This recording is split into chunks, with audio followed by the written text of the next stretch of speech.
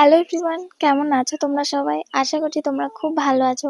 But আজকে আমি মোটেও ভালো নেই, কারণ কালকে প্রচন্ড ঝড় বৃষ্টি হয়েছে আমাদের এদিকে।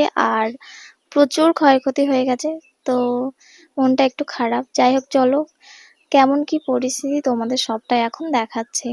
দেখো, এত বড় পেয়ারা গাছটা কিভাবে ঝড়ে গোড়া থেকে উপড়ে গেছে, দেখে এতটা খারাপ লাগছে তোমাদের বলে বোঝাতে পারবো না। আর সব থেকে খারাপ লাগছে যে এই গাছে প্রচুর পেয়ারা হয়েছে, ছোট ছোট। আর এই বছর প্রচুর পরিমাণে পেয়ারা হয়েছে, এইরকম পেয়ারা আগের বছর হয়নি।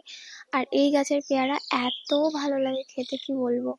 আর এইভাবে গাছটা পড়ে গেছে কালকে, ভীষণ খারাপ লাগছে। দেখতেই পাচ্ছ চারিদিকে ছড়িয়ে ছিটিয়ে আছে। আর এই দিকটাতে একটা আমাদের কাঁঠাল গাছ ছিল, গাছটা মারা গেছিল যদিও, কিন্তু এই গাছটাও পুরো গোড়া থেকে উপড়ে গেছে।